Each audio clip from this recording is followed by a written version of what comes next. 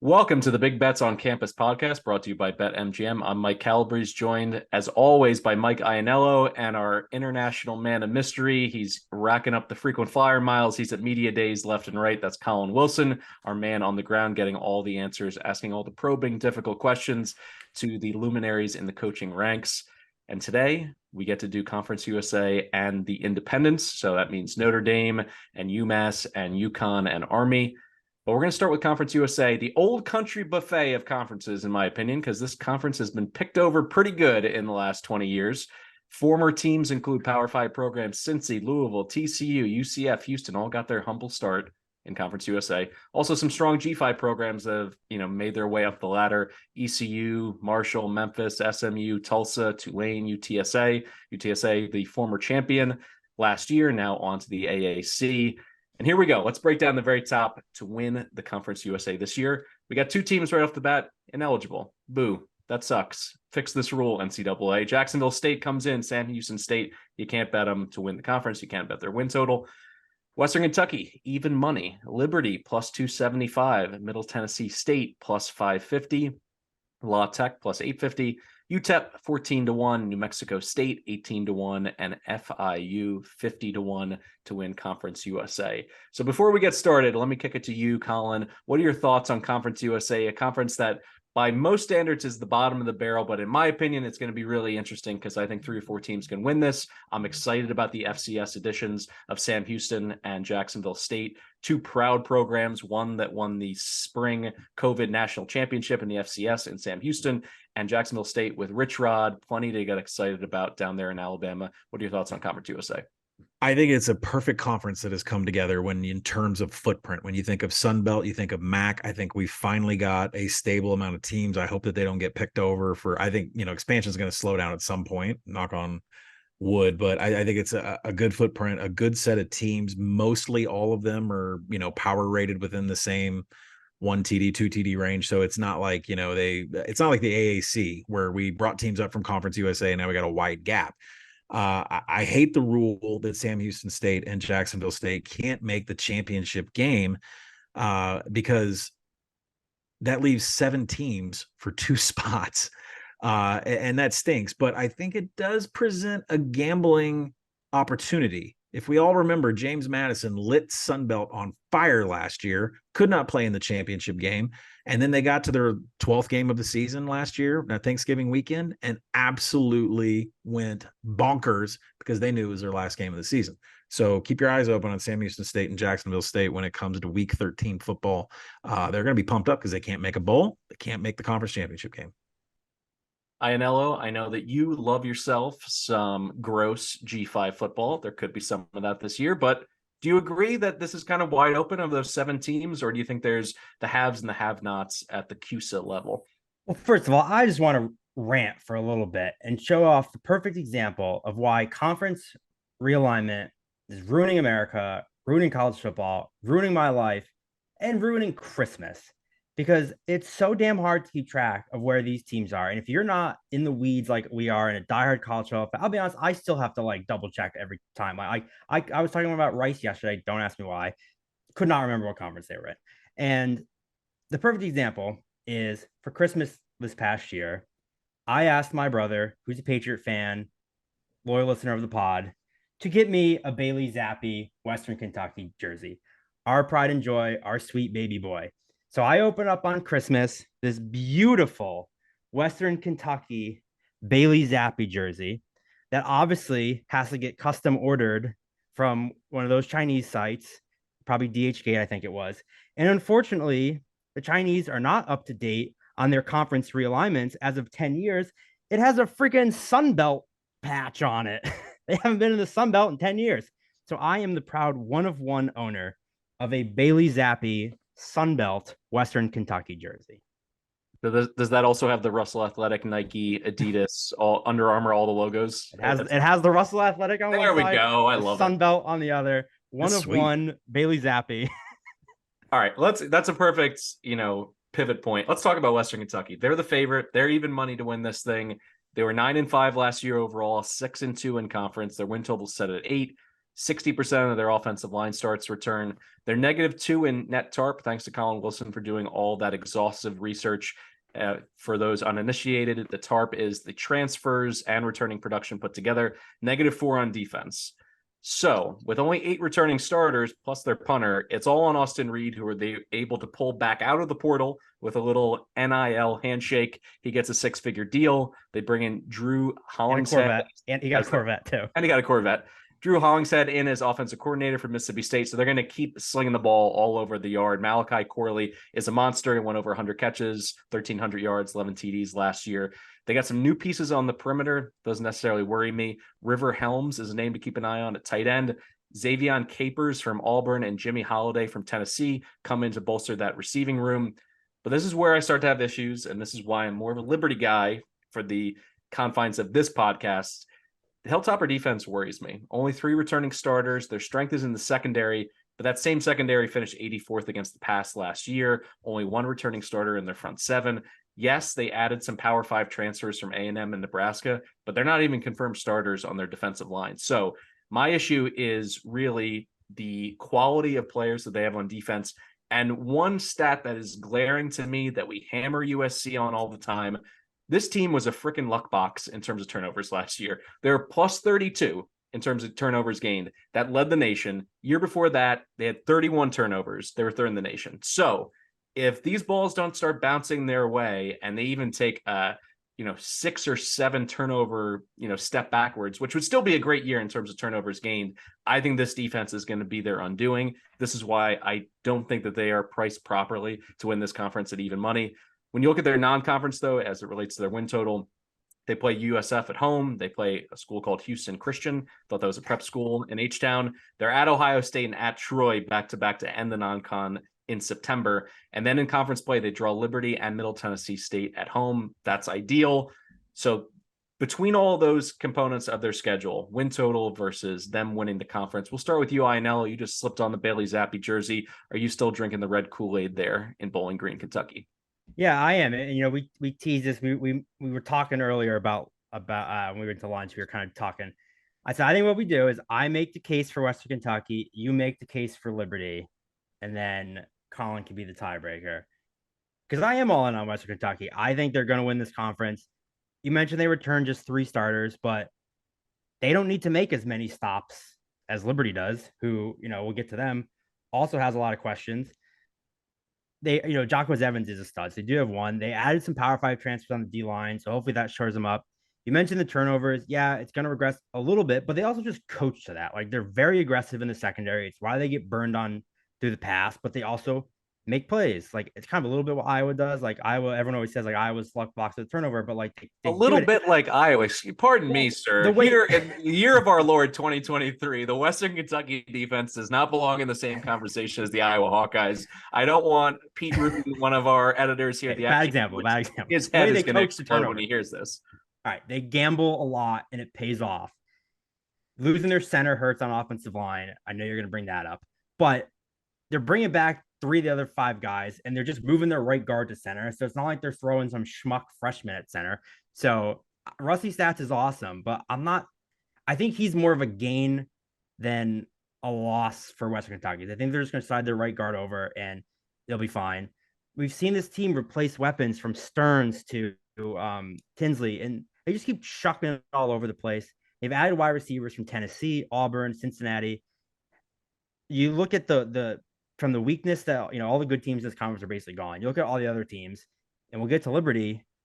There's not a team in this conference that can outscore them. And at the end of the day, the team that scores the most points wins the game. And I don't see how any team in this conference scores more points than them. So they get Liberty at home, which to me is basically the tiebreaker. I think this team goes 10-2, 11-1. Like, I don't see how they're going to lose to Ohio State and probably Troy. And I think they beat everyone else. So I like them to win the conference. I like them over 8.5. I don't see how anybody else outscores them. All right. Before I bring in here Colin Wilson to be the tiebreaker, let me make the argument for Liberty, and then you can discuss both teams. So Liberty 8-5 as an independent last year. Their win total said 8.5, overs juiced -150. They also return just about 60% of their offensive line starts, 10 starters in total, both specialists. They have lots of different options at quarterback. Jonathan Bennett, Kaiden Salter, Trey Lowe. Do they though? They certainly do, and I'll no get to, thank you very much. They're essentially a wash in terms of the net tarp. They're -0.5. Their defense lost a little bit more than their offense, but Jamie Chadwell is one of the best coaches in college football. He guided Charleston Southern out of the FCF's wilderness. The only 2 times they made the playoffs in school history, he was the head coach. Then he takes Coastal Carolina from this gimmicky place with a teal field and goes 31-6 in his final 3 years. I think people are automatically forgetting how difficult it is to win at a place like Coastal Carolina with the resources and commitment that school, had when he got there. Turns it around, wins all those games in his last 3 years. As an underdog in his final 3 seasons, 6-2 against the spread. 6 of those were straight up wins. His offense is amazing to watch. We can get into the scheme talk if we want, but he's going to utilize 2 backs. He's going to utilize some of that pistol action. The tight end is prominently featured. Lots of option and RPO elements. He's a savant. He is going to make it work with one of these 3 quarterbacks. And they have some fun pieces that they got in the portal. Reese Smith from West Virginia, Quinn Cooley from Wake, Vaughn Blue, a name to keep an eye on as a true freshman, could be a running back that pops. And defensively, they have a lot of experience from a secondary that finished 25th against the pass last year. They were far and away the most disruptive defense in terms of tackles for loss in the entire country, 9.3 per game. That's number 1. And they had some turnover in their defensive coaching staff, but I'm not panicking because I got Jamie Chadwell righting the ship. The schedule, in my opinion, is a plus. That's why I'm over on the win total. They open with Bowling Green, then New Mexico State at home, at Buffalo, at FIU, at Sam Houston, and then at Jacksonville State, all in the beginning of the season. That's going to give them a nice little introduction to Conference USA football. I could see them starting undefeated through middle of October, and then the whole season comes down to Middle Tennessee State at home and Western Kentucky on the road in mid-October. I love the Flames here. I love Chadwell. Colin, break the tie for us. Well, for Western Kentucky, I have them projected at 8 wins. So I would go under the 8.5. There's plenty of that out there. And there's a lot of things that I don't like about this team. They're in their 3rd offensive coordinator regime in the last 3 years. You wonder if that starts to have a watered down effect, maybe a diluted, not as potent offense. And, you have to respect your indicators. This team was extremely lucky in turnover margin. There's a second order win total here that had me downgrade their power rating over the offseason. And then when you look at the schedule, like I couldn't believe it when I kind of typed it in. I was like, what's the projection against Troy? And turns out Troy's going to be about an 11-point favorite against Western Kentucky, which was way higher than I thought. So, and I'm not alone there. The other respected power ratings actually had it a little bit worse. I think SP Plus made it about 13. So, they have no chance to win the Ohio State game whatsoever. We'll talk about La Tech. I think they're much improved. And then that Liberty game is going to be about a 3.5-point game. So there's a lot of chances for loss on this schedule. I'm not a fan of teams that have defensive line and secondary rebuilds with portal. That just means you're really scrambling to get something done. 26% of the defense is back. That's not very good. They return less than 25% of their pressure. So I'm on an under with the Western Kentucky on their win total. The team that's winning this conference is Liberty. I have already pushed money over on plus 280. I would take it down to plus 240. I think that the true odds on that should be about plus 225 if you want to go that far. Ianello says that Western Kentucky has the best offense in Conference USA, and that might be true, but Day Hunter might have something to say about that. He is still at Liberty and he's going to be there for him. Chadwell inherits a quarterback, a running back, a whole bunch of offensive line depth. They are a projected favorite in 11 games. They're going to be about a 3-point underdog to Western Kentucky. And I don't think people understand, like Calabrese, you really hit on it. There's like what Chadwell is able to do with this freeze option spur RPO is he's been able to get it to work everywhere that he's gone. So you have to wonder, like, if that means they're going to be a drop in Grayson McCall this year at Coastal Carolina. But, I have no issues with this defense whatsoever. They were one of the most havoc-minded defenses in the nation last year. A lot of that's going to carry over, even though most of their coaching staff did go with Hugh Freeze. They led FBS in tackles for loss last year. That's going to carry over to this year. Schedule is conducive. You mentioned that, Calabrese. Liberty is the team that you're going to want to bet. But, On top of all this, guys, only 7 teams can get into 2 spots. I don't care if they fill the number 1 or the number 2 spot. If you're taking a plus 280 ticket, that is a very nice number to take into a championship game and possibly hit the other side. So just to rebuttal real quick, let me just say I love Chadwell, and I do think Liberty will dominate this league for a long time. I just think Chadwell hasn't had time to recruit yet, fully implement his system. You mentioned it. Their schedule is cheeks. So they do probably go 11-1, but they're going to lose to Western Kentucky twice. And to me, there's 3 kind of red flags I was looking when I was digging through them that kind of stuck out to me. 4, if you count the fact that their defense is replacing all their good players. You mentioned the turnover on the defensive coaching staff. This was kind of weird to me. Was when Chadwell took over, you mentioned it, most of the staff went with Hugh Freeze. The only on-field coach they retained was Jack Curtis to be the co-defensive coordinator. He'd been the defensive coordinator. Well, he went through spring practice and then just is now no longer a coach. I don't know if he quit, if he got fired. That is super strange to me. That is so rare that all of a sudden their DC is just randomly not their coach anymore. There's no announcement. They've never said why or what happened or anything. He's just not there. That's a red flag. I think that's super weird. The other thing in this transfer portal era, and you see it everywhere these days, do you think it's weird that Chadwell did not bring a single kid from Coastal Carolina with him? A Coastal team that was very good and had a lot of good players. Why did nobody go with him? I think that's super weird. I don't know why. I'm not insinuating anything. I just think it's weird that no one went with him, or he didn't want anybody with him. And then I'm super concerned about this quarterback battle, because the spring is the kind of we have so much confidence and this guy's looked great and he's doing so good. And all the reports I was reading out of Liberty was they had a 4-man quarterback battle, and between Jonathan Bennett, Caden Salter, Nate Hampton, and Trey Lowe from Southern Miss. And every report I read said none of them looked good in the spring. And I just want to play this clip. I hope it comes through, because I want to shout out Jonathan Bennett, because he is responsible for my favorite clip in the history of Colin and Stuckey's show. I went and found it last night. I hope you guys can hear it through this microphone. But then last week, they had to come back to beat Gardner-Webb at home by 1. Why? Well, they have some injuries at receiver, but Bennett, the kid Bennett started at quarterback. He's awful for Liberty. Enormous downgrade. He's a clown. I'm sure he's a nice kid, but the quarterback is not his strong suit for right now. He's a clown. I'm sure he's a nice kid, but quarterback is not his strong suit. All right, you want that guy to go against Austin Reed? Good luck. Well, listen. First off, the best quarterback on this roster is Caden Salter. All right. Yes, correct. Second off, when new head coaches, unless you're Dave Aranda, when coaches come into these situations, they're never going to give love to one quarterback or another, or else the other quarterbacks are going to hit the portal. Unless, like I said, you're honest like Dave Aranda, and then Bohannon's in the portal and on his way to South Florida. So I'm not worried about their quarterback situation. And, is it interesting that no one came with them from Coastal? Could be a thing where Chadwell wanted a clean break. I mean, there's a rowdy roster that he had in Coastal Carolina. I mean, there was some off-field trouble. There's some attitude. We've seen penalties on the field. That team had an edge to him, Maybe Chadwell couldn't get anybody to leave Myrtle Beach. I wouldn't leave either, but to go to a radical religion school like this, but still, they're winning the conference. All right, let's talk about the middle class here in Conference USA, because it's robust.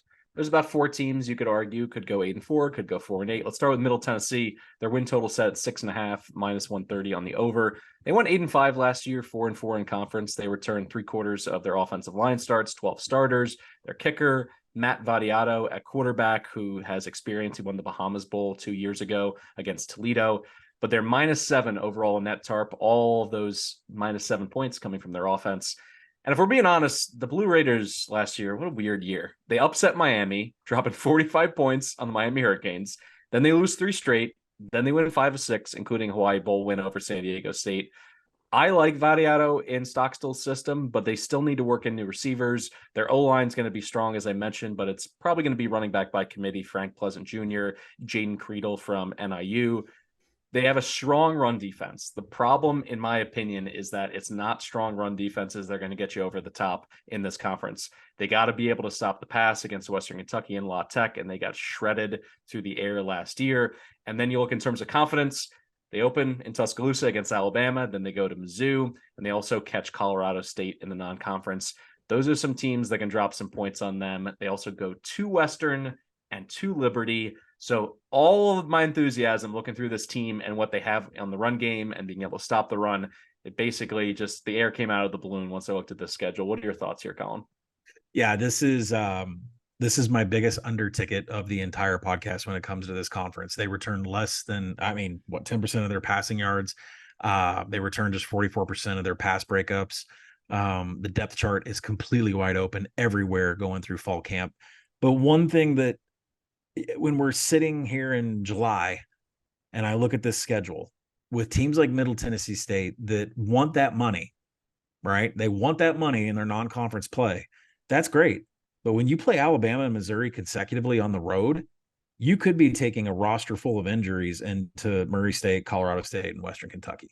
I mean, yeah, you're going to get that money, which, by the way, Stockstill, cue it up, Mitchell. That audio that he dropped after beating Miami last year, they gave us $1.5 million and we gave them 1.6 yards per carry. Might be the greatest coach drop in history. No Chase Cunningham here. They lost their top 3 targets. Nobody really knows what the product is going to be on the field or what they're going to execute because we don't know the abilities of the people that are going to be playing. They run a very aggressive blitz style in the 4-3 that could be boom or bust. They're just missing way too much here. I know when Tarp is very mean on returning experience that my win totals get a little like 1.5 away from the market, but generally they're not wrong. Yeah, I'm with you, Colin. I love when I have something written down and then you say you're on it. Yes, I'm smart. I agree. It's like it's hard to know what you're getting out of the quarterback. They lose their top 3 leading receivers. I like Frank Peasant at running back, but they can't really run the ball. Like I think he's good, but like they don't really have success running, so it's kind of a weird situation. Defense creates a ton of havoc and was good last year, but they lose Jordan Ferguson, they lose DeCorian Patterson on the back end. They have decent players in the secondary, but then you look at their numbers, they're similar to Western Kentucky, where they're pretty leaky against the pass, but they do force a ton of turnovers to make up for it. So they had a ton of turnovers last year. So if that regresses, then you wonder if that defense is even worse. They were 51st in defense last year, 98th in offense. I honestly think they're going to be similar numbers this year. They're kind of, the defense will be better than the offense, but neither is that great. And you look at the schedule and you mentioned it, to get to 7 wins, they basically have to win every game they're favored in. And I just don't know that they're good enough to do that. And unfortunately, you mentioned, they don't get to play cupcakes like Miami again this year. So you're gonna lose a couple more wins there. I think another thing that should be noted is that I do not like backing teams when their opponents in November come off bye weeks. Florida International, UTEP in November, both come off of a bye week. We've done studies on bye weeks and what teams do against the spread. I think it's a little bit coach dependent. Do you have the structure, the Andy Reid of the NFL and what he's able to do? But in general, in college football, when these student athletes get to November, they're exhausted. And you start the season with Alabama and Missouri, and then 2 of your conference opponents have a bye in November before you, under all the way. All right, let's turn to another middle-class citizen, La Tech. Their win total set at 6, which is a little bit surprising because they went 3-9 last year, 2-6 in conference play. They returned 3/4 of their line starts. They got 10 starters in total. Hank Bachmeier, come on down. You are now in charge of the offense. That was -5 in net TARP year over year. Can they protect Hammer and Hank? That's really the question here because they got Smoke Harris. They got Cyrus Allen on the perimeter. The guy's thrown for over 6,000 yards in his career, basically a 2-to-1 touchdown interception ratio, but he gets hurt when he gets hit. So can they keep him upright? And then defensively, let's just, be frank here. Their defense was trash last year. Scott Power was a good FCS coach. At Stephen F. Austin, he brings in a few transfers finally from that program, but those are FCS kids working their way up to Conference USA. I'm not sure they're going to be that much better defensively. And then when you look at their schedule, certainly workable. FIU, Northwestern State, North Texas at home, Western Kentucky at home, at Middle Tennessee, at Liberty. 6 just seems too rich for my blood. I'm going to go under here. I'm going to bank on Bachmeier getting knocked out at some point. And losing Trey Harris, I also don't think that can be overstated. I know they still have a good receiving room, but he was a stud. So I'm going to go down on the boys from Ruston. What do you think, Colin? I like this team, and my win total projection says I don't. I have them at 5.2, but I do like the positives on this team. That with I love their new DC. They have a solid offensive line, and we know what Bachmeier can do with the deep ball, right? If he is healthy and he is upright and he is protected, he can hit anybody 40 yards down the field. So, from that perspective, and they have a really good running back, Marcus Crosby. Offensively, I don't think they're going to be challenged as much as some of these other teams in this conference. This team finished 15th in passing EPA last year. They already know how to explode. They get the majority of their offensive line back. 73% of the defense comes back. But still, when I go up against the schedule, it all comes out in an equation to 5.2 wins. And this is a team that I think can surprise. I was actually waiting for this podcast to see if you guys could convince me whether this team was maybe, quietly lurking in the shadows, waiting to come out and win a bunch of games. But if Bachmeier is protected, which he should be with all this experience on the offensive line, they should have a couple of upsets. So the thing to note too about this conference that I don't know if anyone mentioned at the top, because they lost so much, they have to play 4 non-conference games. So that kind of makes a lot of their schedules harder, because if you look at it, most of them play 1 cupcake and then like 3 pretty good teams. Like, Louisiana Tech's a perfect example where it's like, they're probably going to lose to SMU, North Texas, and Nebraska. Maybe they get North Texas, but that makes it a lot harder when you're looking at these win totals. And I'm actually in the exact same boat as Colin. I'm going to say something stunning again. Everyone who listens to the show knows what I think of Hank Bachmeier. But he's probably an upgrade over McNeil, Liddy, Downing, Turner, and all the other scrubs that this team threw out there last year. So that is a positive. He'll have experience at offensive line. They return, Marquise Crosby, you mentioned that running back. They're getting the electric Squirrel Williams from Baylor. Speaking of electric, Smoke Harris is back. They add, former Nebraska player DeColdis Crawford, Squirrel Williams, Smoke Harris, DeColdis Crawford. Where's the NIL deal on? Does DeColdis? He was running all those air conditioning ads up in Lincoln. Do they know that he's left in Louisiana a lot more than Nebraska? I'll tell you that much. Wow. And I mean, do they have the 3 best names in college football? Squirrel Williams, Smoke Harris, and DeColdis Crawford. This is an all-name team. You mentioned the defense was horrific, but they added 12 transfers to the portal. So we'll see if they take a step forward. They got torched against the run. I think they'll be better. I think they're probably a good over team. The La Tech SMU game is going to be an absolute shootout. Kind of similar to Middle Tennessee. When you look at the schedule, again, I think Western Kentucky and Liberty are both going to basically sweep the conference. I think they're way ahead of everyone else. So La Tech basically has to beat every other team to hit this win total. I actually think they're the 3rd best team in this conference. I will say that. But it's what you said. Bachmeier is going to cost this team a game. Their defense is probably going to cost them a game. So when I'm looking at the schedule, I'm like, they have to beat every team they're favored against. They're not good enough to do that. So I'm with you. I'm not going to play the under, but I would before the over. Bachmeier and this defense will cost them games they shouldn't lose. So let's wrap back from what I said at the very beginning of this podcast. When you have a team like James Madison that's not allowed to play in their conference championship game, they're going to treat the last game of the season like the Super Bowl. Well, Jacksonville State and Rich Rod are on a bye week before they play their last game of the season against La Tech. I know there's no game of the year market out there for this conference, but if there was, I'd be hammering Jacksonville State. So that's another bad thing for. And I meant to say the same thing about the last. Middle Tennessee plays Sam Houston to end the year. Yes. Yeah. All right, let's hop to a team that we love on this podcast. Miner Nation picks up. But I got some bad news. Let me go first. Okay, you go ahead, because I just to tee this up, the win total set at 5.5.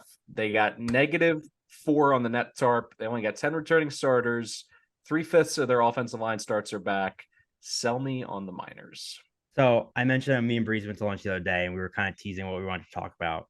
And I was saying how I was nervous, how we're turning heel on Fresno State and ECU probably and UTEP, and we both like, yeah. And then I started diving in. Breeze, I'm going to need you, and probably Colin too, to talk me off this ledge, because the more I dug in, the more I like this team. Their offense should be better, okay? They have a great running back. They have a 3-year starter at quarterback. Tyron Smith's back at receiver. He transferred to Texas A&M for spring practice, stole all their secrets, not that their offense had any. And now he's back at UTEP, which is massive. And, they they might have the best offensive line in the conference, even without Jeremiah Byers, who obviously was a big loss. But I still think their O-line is very, very good. Their run defense was really good last year. It should be again. They have some studs up front. The pass defense is a mess, needs to get better. So that's kind of the big, like, I need them to be better. What's so weird about them is their play calling just for some reason isn't very good. They promoted offensive coordinator from within, which I hate. Dave Dimmel's still calling plays, so who knows if that'll be any better. Like, when I look at this team on paper, I feel like they should be good. But the more, like, I'm just not sure they will be. And they only play 4 bowl teams from last year. So my 2 questions are, am I wrong? Should I talk myself into betting this over? And follow-up question, if I don't, is it because Dave Dimmel's a bad coach? I think if they don't make a bowl, he's fired. Because when I look at this team, I think he's 17-40 at UTEP. If they don't make a bowl, given what I'm looking at, I think it's because of him. 120 first crack at that. 122nd offensive finishing drives with a quarterback like Gavin Hardison. That is completely on the coaching. Dana Dimmel comes from Kansas State. He has not been able to replicate what Kansas State did when he was there under Bill Snyder. It's not going to get any better, I think, with Scotty O'Hara, promoted from wide receivers coach. There is good on this team. There's 3 6-year seniors on the offensive line. That's needed. But the problem that I have with this team, and I project them at 5.6, so it's not a play for me at 5.5. And the reason why I'm extremely neutral and not wanting to like this team is because your defensive line and safety, you have absolutely no experience. Sure, you have guys that were on the roster, but there is not a lot of experience at those positions whatsoever. And let me look at your first game. At Jacksonville State against Rich Rod, I would want to have a defensive line and some safety help because that's exactly where they're going to target. Incarnate Word in week 2. What are we talking about? I know their coaches left for Texas State, but we're talking about a team that's maybe going to be top 10 in FCS offense again. There are some offenses on here. Arizona with Jaden Delora.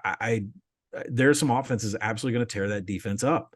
So what are we gambling on here? We're gambling on the fact that Dana Dimmel is going to figure it out on offense with Gavin Hardison all of a sudden. That makes me nervous. They never have any good success rate. They have explosive passing and third downs. I mean, they're a passing downs monster, and they're terrible in standard downs. And the offense has always been that way. And I love UTEP. I hate it. I think when we first became a podcast, when we first became a company, all we could do was talk about how UTEP is on the rise. I don't want to go back to a world where I'm hating on them, but there's no way I'm betting over here. Think they could beat Northwestern? I don't listen. I don't know the timing of this Northwestern thing, but there are players bolt. If there's one player in the portal as I'm speaking, right, and if they have any more, if they don't get the coach that they want, they're all going to bolt. I am shocked 3.5 is still on the board with Northwestern, but because if they all bolt, UTEP can win that game. I agree with Colin on this. Unless Praise Amalaway is the defensive player of the year in Conference USA and is a monster and has 20 tackles for loss, I see the Bradley Dale Pavito defense taking another step back. We're now 2 years removed from them having a really good defense. And in general, beyond the things we talked about at the front of the schedule, let's look at the back of the schedule. Western Kentucky at Middle Tennessee, Liberty. Woof. So they have no room for error early in this slate. They have to win the games that they can win. And I agree, catching Jacksonville State on the road in the opener, what do you think that environment's going to be like? First FBS game, Rich Rod with a veteran backfield. We'll get to it momentarily, talking about what he has in Zion Webb coming back. Not great for UTEP. So I'm going to go ahead and play the under here. I think Gavin Hardison. Oh, you're playing the under? I'm playing the under because I agree. Gavin Hardison's one of those guys who's played a lot of football. So I know who he is, and I do not think he's the kind of guy that can carry this offense. Even though getting his wide receiver number 1 back was huge, I do think it makes them competitive. But we're talking about a 5-win team from last year whose defense is going to get a little bit worse, at least in terms of the projections. So I'm going to go ahead and play the under. Well, that's good. I literally put in my notes, I think I like the over. Ask Colin and Breeze to talk me out of it.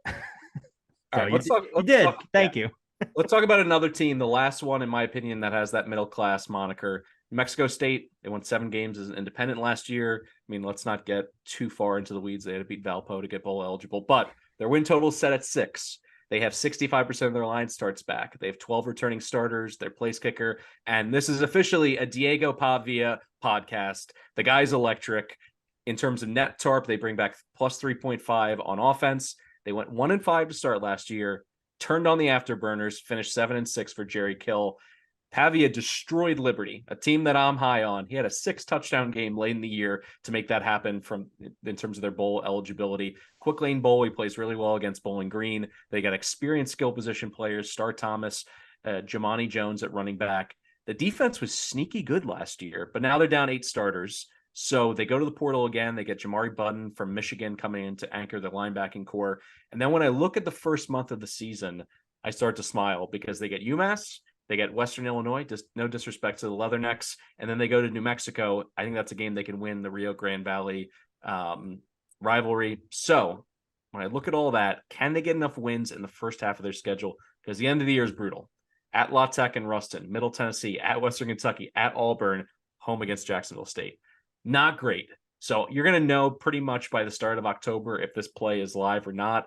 It's actually a pass for me, but from a pure, this is our guy, pound on the chest for the podcast, Diego Pavia. He's my dude. Can he be our new Bailey Zappi? What are your thoughts here, Ianello? Yeah, it's almost like you have my notes written down exactly because I said, love Diego Pavia. I think they're going to be a really dangerous running team with him and that two-headed monster at running back. I'm with you. The defense was very good last year, especially against the pass. And yeah, they did lose most of all their linebackers and some key pieces in the secondary. But, I still think Jerry Kill can get that defense going again. Yeah, they needed the waiver in an FCS win to become bowl eligible. I'm with you. I like this team. They will definitely be a week-to-week podcast favorite for us. The reason I'm staying away the most is I'm sure Colin will talk about it, but when I was looking through the numbers, both Colin and SP Plus have 8 of their games projected to be within 1 score, which is terrifying because that means this win total could go a whole lot of ways. They could be great and a field goal hits an upright and they lose. And so with that, they don't have any. That's a first, they have a couple they don't have enough for sure wins. When I'm betting a team, I kind of like to know, they're getting 5 and they need 2 upsets to hit the win total or whatever it is. So 8 one-score games is terrifying. But if you do like them, if they could beat the 2 new guys, FIU, UMass, Western Illinois, and Hawaii, that's 6 wins. And to me, those are games they should win. I'm just not going to take it because I think they'll all be close enough games where it makes me a little nervous. Let me tell you why they could lose to Hawaii. I know that there are teams that care about back-to-back travel. It affects some teams that go on the road twice in a row. Pulling the numbers out of Bet Labs, it just depends on the team. And it depends on the coach. Go into Bet Labs and pull a team that's on triple road, no buys, triple road. It's like a 27% cover rate. So the spread at Hawaii at that point, I don't know. But being the 3rd road game in a row is tough. And then you look at the rest of the schedule when you get to the latter part of the schedule, 4 out of 5 games on the road. I mean, who set this schedule up? Why are you going to Auburn after 3 road games at the end of the season? And then you look at La Tech. Cue up that shredding out to pay for that trip to Hawaii. Exactly. Colin, what do you mean? That's right. They got to pay for the charter. Oh my! Hugh Freeze is going to run them up a flagpole. La Tech comes off of a bye. Middle Tennessee comes off of a bye. FIU comes off of a bye. 3 conference opponents come off of a bye week. I project the number at 5.9. I think the market is really heavily juiced on under 6.5, really around 6. And by the way, for those of you out there that see a half, 6, 6.5, 50 cents of juice is really what separates it. So when you see, minus 160 at under 6.5, that's really 6, minus 110. So it's really kind of spot on there. But, you're missing your top 4 tacklers off the defensive side of the ball. And I think what I'm really interested in is the new clock rules. And Jerry Kill has the 116th tempo at 29 seconds per play. I'm not sure if most of these New Mexico games, this game against UMass in the opener, first 10 wins? I bet a lot of unders in the games, but I'm staying away from this win total. So this is an interesting one, I mentioned how you guys have them projected within a one score in 8 games. So given that, volatility, this is one of those teams where if you're listening to this podcast and you had a feeling and you're trying to hope we sway you one way or another, shop around, because DraftKings has their win total 5.5 and FanDuel has it 6.5. And yep, big difference for that many close games. That's a big difference. Yeah. All right, let's close out the teams that are eligible to win Conference USA, finishing with FIU. Team that went 4-8 last year. I was a little surprised they got to 4 wins, and their 8 losses, man, they got their doors blown off, just straight up their head kicked in some of these games. But they returned 83.3% of their line starts. They got 13 starters, both specialists. Grayson James, he's going to be the quarterback. They're +6 in net tarp, an even spread on offense and defense. 8 of their 9 top tacklers back, but from an awful defense. And then just in general, I feel like I could just feel myself on the cusp of buying in. And then Tyrese Chambers in the offseason is off to Maryland, their best wide receiver. They got winnable games. They got their opener against La Tech. They play Maine. They got North Texas at home. They're at Sam Houston State. They got Jacksonville State at home. But that's not enough for me to talk myself into the over. This is just a pure pass. This is a team that I expected to be worse, and they certainly were in the games they lost. But 4 wins still, I'm just going to tip my cap and say I'll put a lot of respect on their name in that regard. And the fact that they have so much coming back, maybe they can have some cohesion here this season. But definitely not a long shot to win this conference at 50-1, and 3.5, I think, is priced accurately. Am I seeing the Panthers properly, Colin?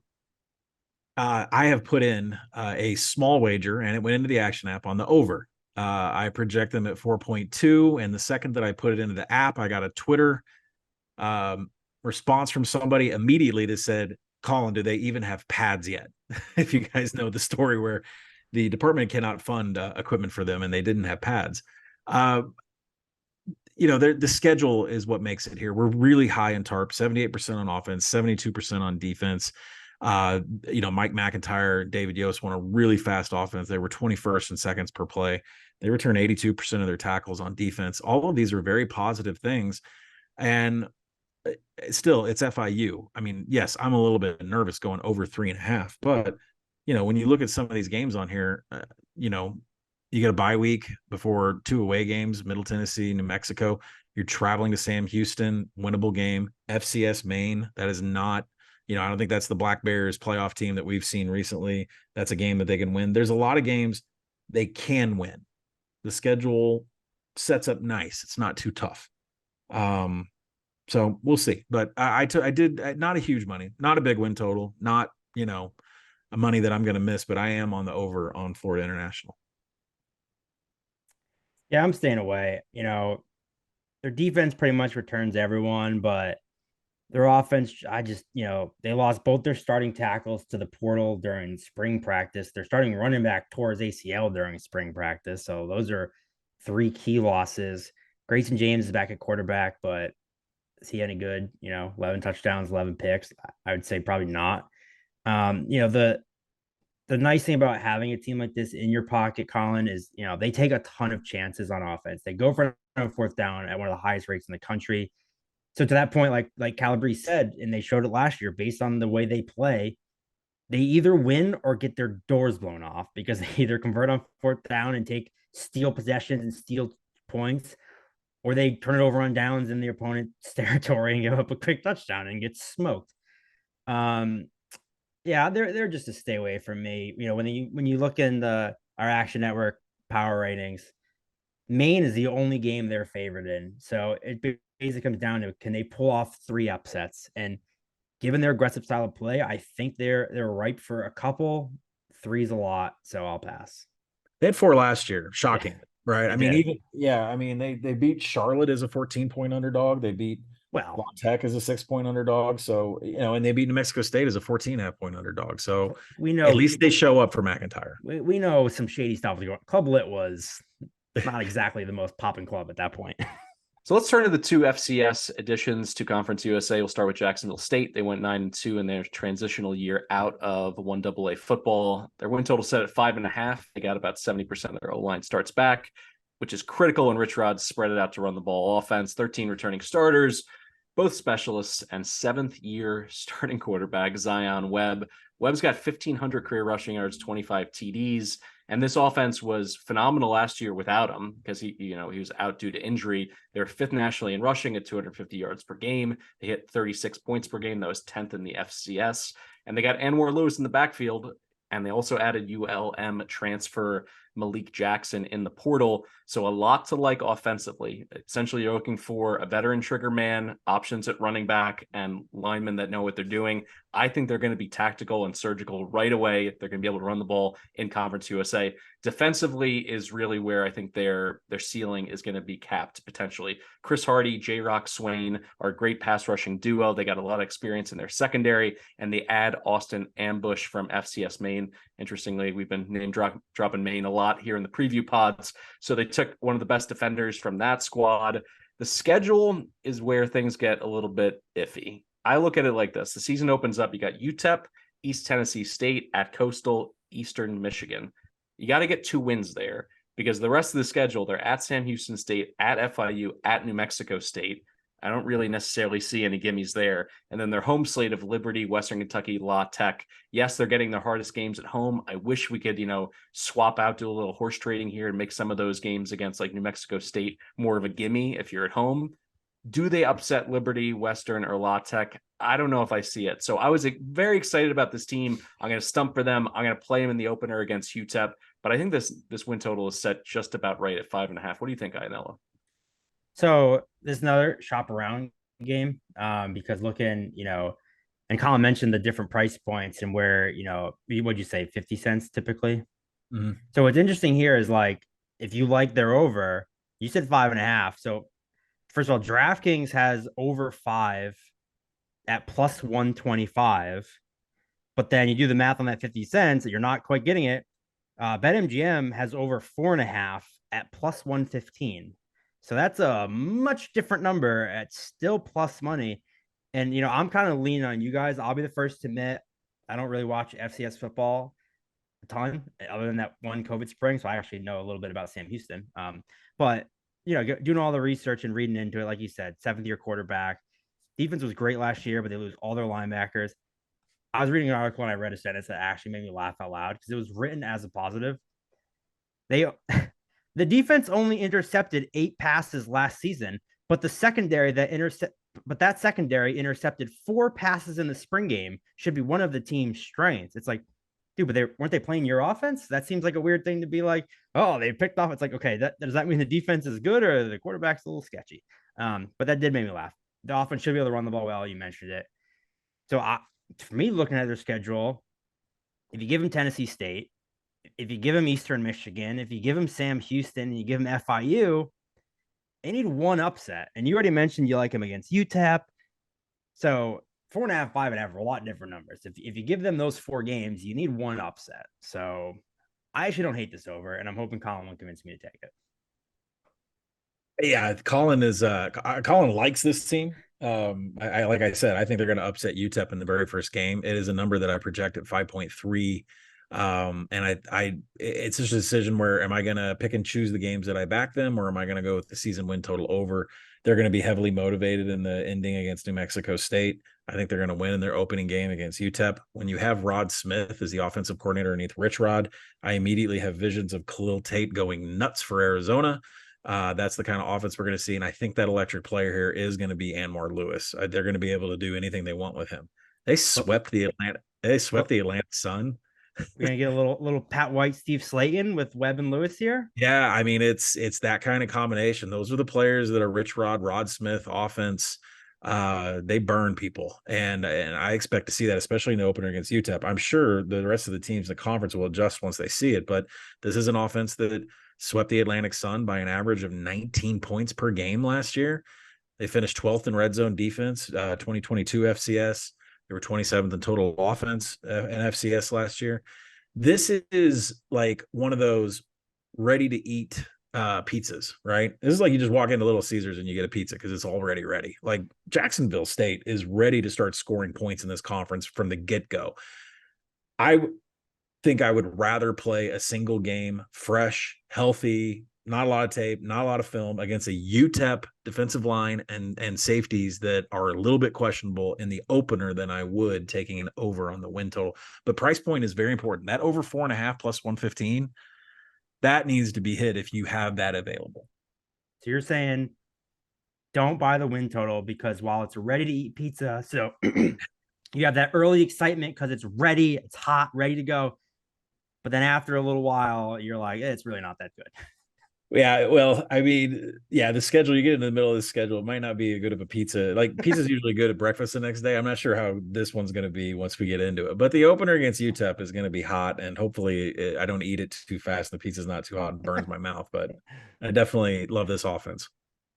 Disclaimer, Little Caesars is not officially a sponsor of the podcast, but they could be. And a $5.99 hot and ready pizza is the analogy for Zion Webb, and the crazy, crazy bread is Anwar Lewis. It's all locked in, ready to go. We can audio They drop. also brought in Malik Jackson over from ULM too. He followed Rich Rod. He's another good piece, and as we know, Rich Rod likes to have multiple backs that get involved in the run game. All right, let's look at the other FCS team.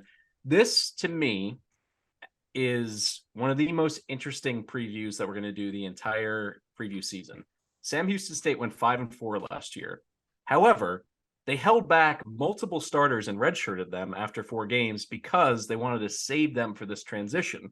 So when you look at the fact that they only have 13 returning starters, that's not 100% true. Their net TARP was +4, +3 on defense. They return about 65% of their line starts. And from a coaching perspective, I think they're really interesting because for those uninitiated, and this may also include Ianello, to the FCS ranks, Casey Keeler is a coaching legend. He's got 259 career wins. He did it at Rowan, he did it at Delaware, and Sam Houston State. He's 25-7 in the FCS playoffs alone. He took the Blue Hens to 2 national championship games. The last one, he only lost by 1 single point. He took Sam Houston State to 3 semis before winning it all in the spring in 2021. He's entering year 10 at Sam Houston State, and he's won double digits 6 times in those 9 years. So special circumstances with the coaching staff, with the red shirting, and what they bring back from an offensive standpoint in those red shirts are 3 quality pass catchers, 2 starting linebackers who would have been gone otherwise. And now they bring in Brad Cornelson at OC. He's formerly at Memphis and Virginia Tech as offensive coordinator. He's a speed demon, averaged 73 plays per game at those 2 stops.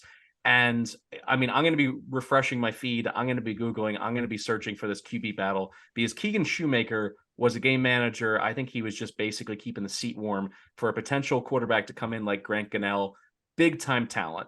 He's never taken hold. He started at Arizona, went to Memphis, went to North Texas. He's a huge kid. He's 6'6". He's got a huge arm. If he can put it together from a talent perspective, he's a former 4-star kid. This could be interesting. But they need somebody like that because their schedule, they're going to get slapped around early in the season. They're at BYU. They're home against Air Force at NRG. They go to Houston, and then they're at Liberty in week 5. That is a rough opening transition to FBS football. But I think if they can survive it, they can at least get to 4 wins and push on this win total. I'm going to play them over because I think they're this mystery bag in terms of the metrics. You don't really know what they're going to be this year with these new pieces. Am I seeing the field clearly here, Colin, or do you think this is a little smoke and mirrors from the Bearcats? The projection says over. You know, I have their win total at 4.7. I just have a lot of, the reason why I haven't been actionable on it is I have a lot of heartburn with this schedule. Your road conference is Liberty, Western Kentucky, La Tech. You're not getting any wins there. Oh yeah, you have another road game. It's against New Mexico State. That's on short rest. So you're not winning any of your road games in the conference. I am a little disturbed that you have 2 triples on this between Air Force and Kennesaw State. That's going to be a little bit tough to defend. I'm just having issues all over this schedule trying to find a win. BYU is so tired of the negative narrative. They might, blow Sam Houston out. I mean, they have heard enough about how bad they were on defense last year. So, there's a lot of things on this schedule that I really don't like. I do like the team. This team right here has a couple names on it that everybody needs to know. Inside their quarterback room, they have a guy named Trapper. Their defensive interior, they have a guy called Meatball. That's his name, Meatball. Now, his real name is Akeem Smith, but he just wants to go by Meatball. So while I love the names on this team and I love new blood in the FBS, the schedule is disgusting. They return a lot on both sides of the ball, but this is a big step up in class.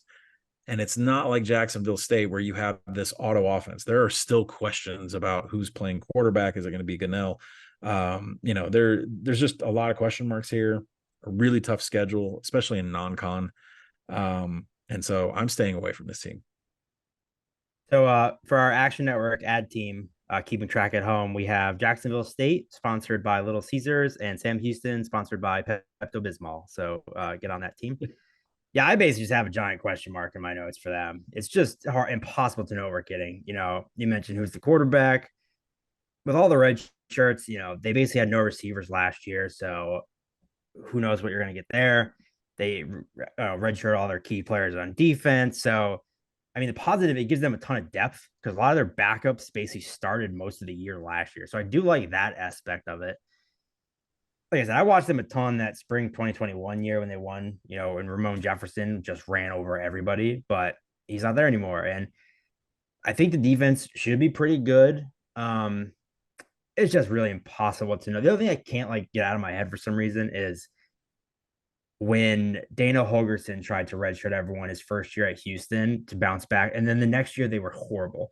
So it didn't work. You're like, yeah, they have all their good players back, but their good players haven't played football in a year and a half. So to Colin's point with that beginning of the season, at BYU, and they have their leading receiver hasn't played, more than 3 games in almost 2 years. It's kind of scary. So they're just a huge, massive question mark. I probably won't bet that. I don't know that I'll bet them at all this year. They're just kind of a let's wait and see. Maybe you start jumping in towards the end of the year and see if these redshirt guys can get the rust off. All right, we'll go around the horn here. Conference title pick and best bet. I like Liberty. Make sure to shop around for the best number. And then when it comes to Middle Tennessee, win total sitting at 6.5. I'm going to go under. Their net tarp on offense total is -7. That's all on offense, all those losses. I think they have some issues outside of their offensive line. I think defensively they got shredded at times, and I think Western Kentucky and La Tech are going to be able to burn them through the air. And then Colin hammered on it at Alabama, at Mizzou. They could be the walking wounded after the first 2 weeks. So I'll go under there as my best bet here in Conference USA. Colin, what are your 2-pack of picks? I echo everything you say. I'm taking Liberty to win the conference. I'm going to roll with the Middle Tennessee under, but I'm going to throw in, don't think I've ever said this in the history of the Action Network, an over on Florida International. And it's not for any sizable kind of money, just to make everybody clear there that this is a 2-unit play in the app, which is half of about all the other thing else that I play. So just Florida International, give me 4 wins. We'll be there. Maybe just call the athletic department an anonymous $500 gift for equipment. Just, give the guys a little extra wind in their sails. Ianella, what do you think here? Yeah, this is a hard conference for me. I really don't have much, if I'm being honest with you. Like I said, I like Western Kentucky. They're the conference favorite, so I'll probably just play their over 8.5. I think they dog walk everyone in the conference, and then it just comes down to the Liberty game, which I think they win. So give me the Toppers, the prides of Bailey Zappi. There you go. All right. Let's ring the bell. It's time for independent football, not an independence conference. Independence is what they have individually. They are on their own. We'll start at the bottom of the barrel. Oh, you better not say the school I think you're going to say. The UMASS Midmen. Oh, yeah. Talk about that. Okay, there we go. 1-11 last year. Their win total is sitting at a gaudy 2.5. They return 63% of their offensive line starts, 13 starters, both specialists. Tyson Fomanchan. I hope I got that right. Okay, anyway, he was a 5-star, 4-star, depending on the recruiting service way back in the day at Clemson. Overall, their net tarp is -3. Their offense is -5. 13 returning starters, as I mentioned. And they also bring in some interesting pieces in the transfer portal. Mark Pope from Miami, Anthony Simpson from Arizona, and Jalen John from Arizona as well. So they have a little bit more of hope on that side of the ball. But they struggled pretty mightily against a decent defense that I don't think gets enough credit. They could not move the ball in the spring, and it makes sense because this defense finished 9th against the pass last year, and they returned 8 starters, 3 in their secondary alone. This is a Don Brown team that's going to solve its problems with aggression, as he likes to say. Could keep them in plenty of games this year. I'm interested in them from an against the spread perspective because the average fan sees UMass, and it's an auto fade situation. They went 1-11 last year, but they went 5-7 against the spread. So kick it to you first, Ianello, as our resident man of New England. Is there any reason to think that they win 3 or 4 games this year, or is it going to be a bet that you're sweating the whole way because we're talking about UMass? No, just no. I didn't. I'll be honest. I did not even dig into UMass. I'm not betting them. I'm certainly not betting them to go over their win total. No, there's. I think any insight. It's impossible to recruit these nowadays to Massachusetts. I'm sorry. They're going to stink. Sorry. Yeah. I mean, listen, the Merrimack is on the schedule, right? They got a win in Stony Brook last year. So I think they're projected as a favorite over Merrimack. Really haven't done a deep dive on what Merrimack is bringing back. But this team has not won a game on the road since 2018. So if I just don't even look at any of those games and I look at the home games, where am I going to get another win? You're not beating UConn. You're not beating Toledo. No, you're not. Yeah, you're not beating Arkansas State. And, from the MAC work that I've done, I don't hate Miami of Ohio. So I'm not sure how this team gets over their win total at all. And I'm not promoting to go out and buy their under either. Although, that's something, I mean, I don't know. Do you want to encourage diseases or cancer? I mean, just go get a UMass ticket and hold on to it for 6 months. I mean, that's rough. I don't see them getting over the win total. Don't give yourself any reason to have to check UMass scores on a Sunday morning. Win, lose, just don't even give yourself a reason to look up these scores. It's true. All right, let's give them a program that they should be excited to see the scores on. Also in New England, talking about the UConn Huskies, they went to a bowl game last year, folks. Their win total is just sitting at, in my opinion, a pretty reasonable 4.5. They returned 4/5 of their offensive line starts, plus 8.5 in the net tarp, plus 5 on offense alone. That means 14 starters. Both specialists are back. Zion Turner or Taquan Roberson. We'll see who wins that job. But what we know from a Jim Mora team is he wants to pound the ball. He's got Victor Rosa to do it. Guy's a dog. I absolutely love what he brings behind an experienced offensive line. Jackson Mitchell is a future pro tackling machine on defense, had 140 tackles last year. Jesus. They can improve a lot against the run. They still have room to do so. And when you look at their schedule, they got a bunch of P5 teams on here. NC State, Duke at home, at BC, at Tennessee. Let's call those all losses. But the winnables, it's a long list. At Georgia State, I got respect for the Sun Belt, but I'm not automatically penciling that in for a win for the Panthers. Home against FIU, home against Utah State, at Rice, home against USF, at James Madison. I think that's the most difficult game from the G5 ranks. They get FCS Sacred Heart, and they get UMass. Seems to me like that's at least 5 wins. I'm a little bit surprised. Let's not forget they beat Boston College last year. Yeah, exactly. So you know what? I'm just going to go ahead and lock this in right now. We're going to go over on the Huskies, and hopefully the quarterback plays a little bit better, and the run defense is a little bit better with Jackson Mitchell in the middle, making it all happen. I'll start with Ianello here because he's jumping out of his skin. He's probably hopping on all that Duncan. Hit me with it, kid. What do you like about this team? I said you can't recruit to UMass. You want to where you can recruit? Connecticut. Stores. You bring them the Frank Pepes, and it is wrapped. Imagine an NIL deal of just like free pizza. I mean, they're going to sign the number 1 player in the country. Also, Breeze, the fact that you're betting Penn State and UConn, I think you're starting to butter me up a little bit. You mentioned that this team, they have, first of all, 3 quarterbacks that realistically could play, and I wouldn't really be that scared. They bring back Turner. Taquan Roberson won the starting job at a camp. Penn State transfer. We don't have to talk about when he played at Penn State. As far as I'm concerned, he never took the field. And he tore his ACL week 1, which was just brutal. He is really fast. He's ripped. He's got a great arm. I think he wins the job back if he's healthy. But they also brought in Joseph Fagano from Maine, who was pretty good down there. So they kind of have a 3-way battle going. I do think Roberson wins the job pending health. You mentioned Victor Rosa. They also bring back Devontae Houston, who was great last year. So they have kind of a 2-headed monster. They bring back they lose their top 2 receivers, but they bring back Claire Kios. They have a solid tight end. You mentioned Jackson Mitchell's a stud. Their defense is nasty. Their defense was great last year, especially against the run. Pretty much bring back everyone.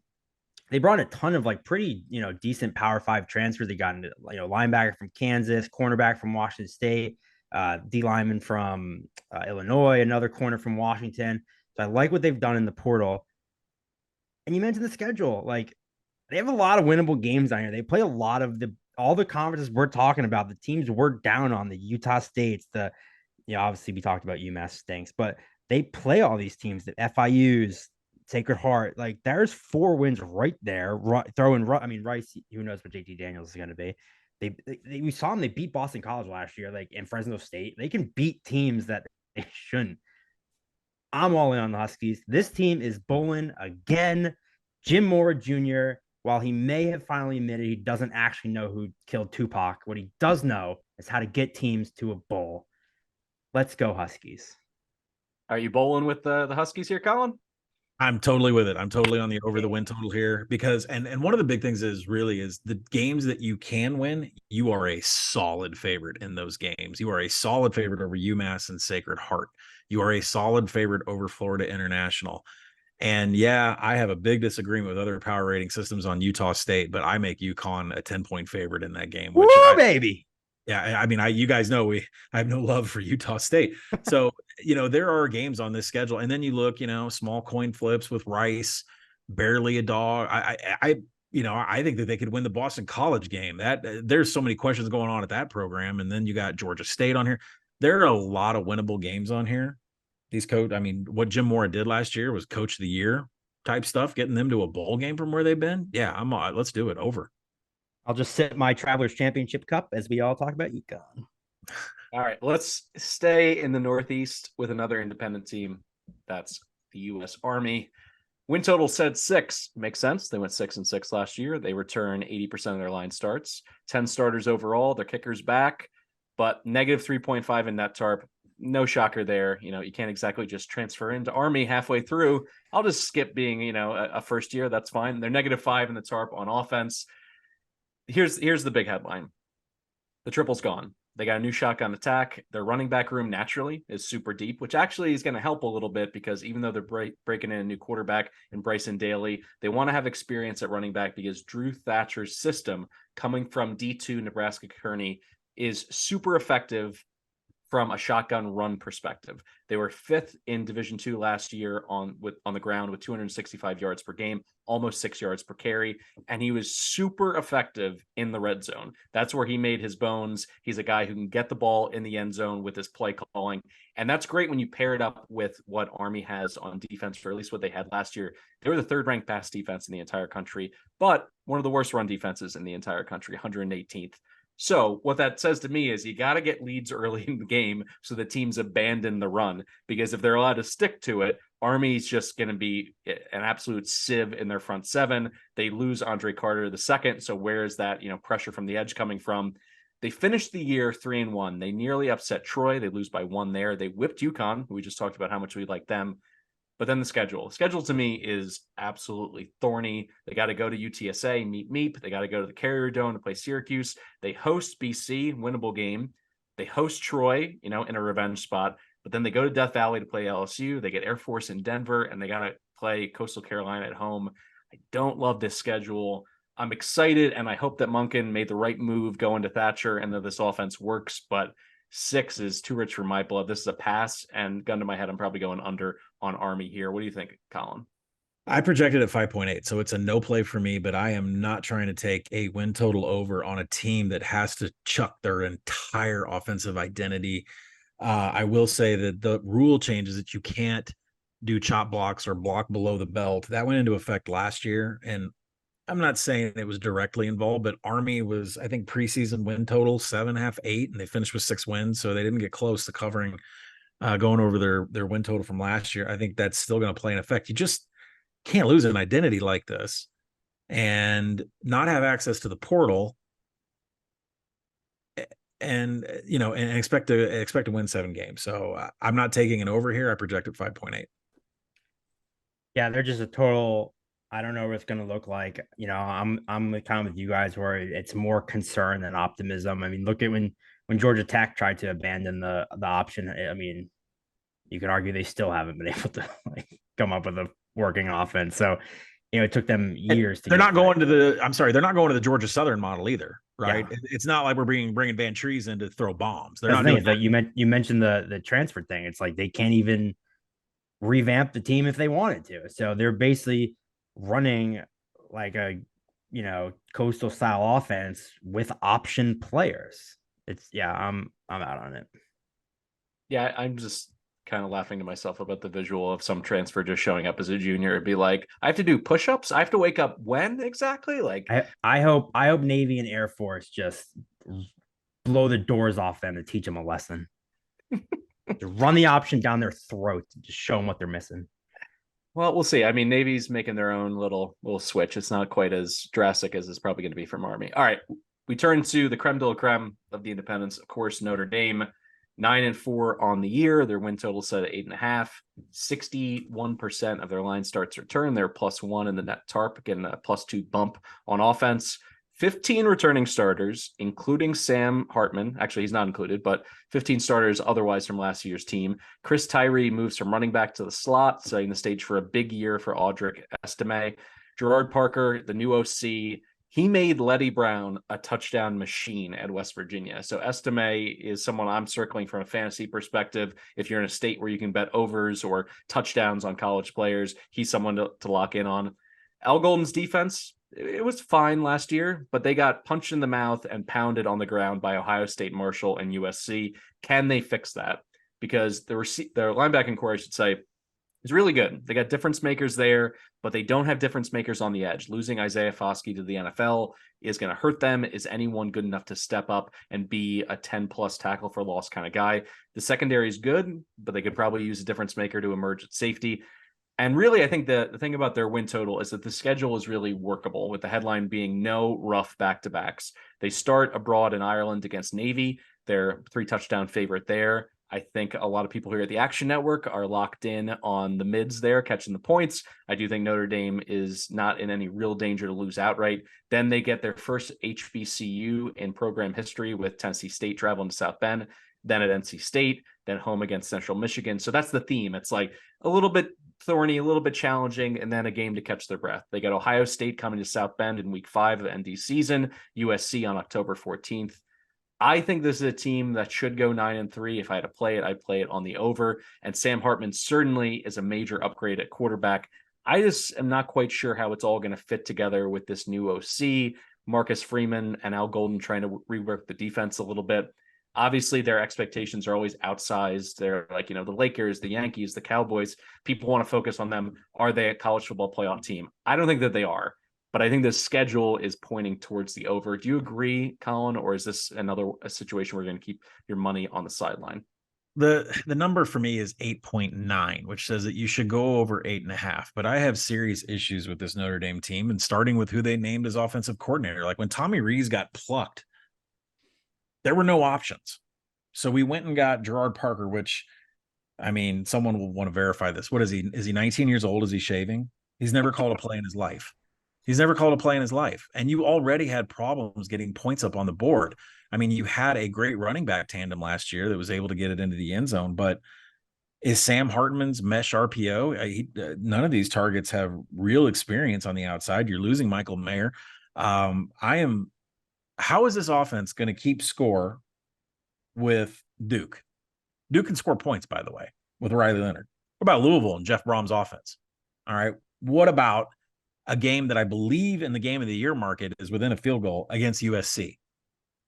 USC, and I know the Notre Dame defense is good. I'm not going to bag on Marcus Freeman. I probably will later, but how are you going to score enough points to keep up with USC? You think it's like Ohio State last year? You think your defense can hold that down for 4 quarters? You're not going to be able to with Caleb Williams.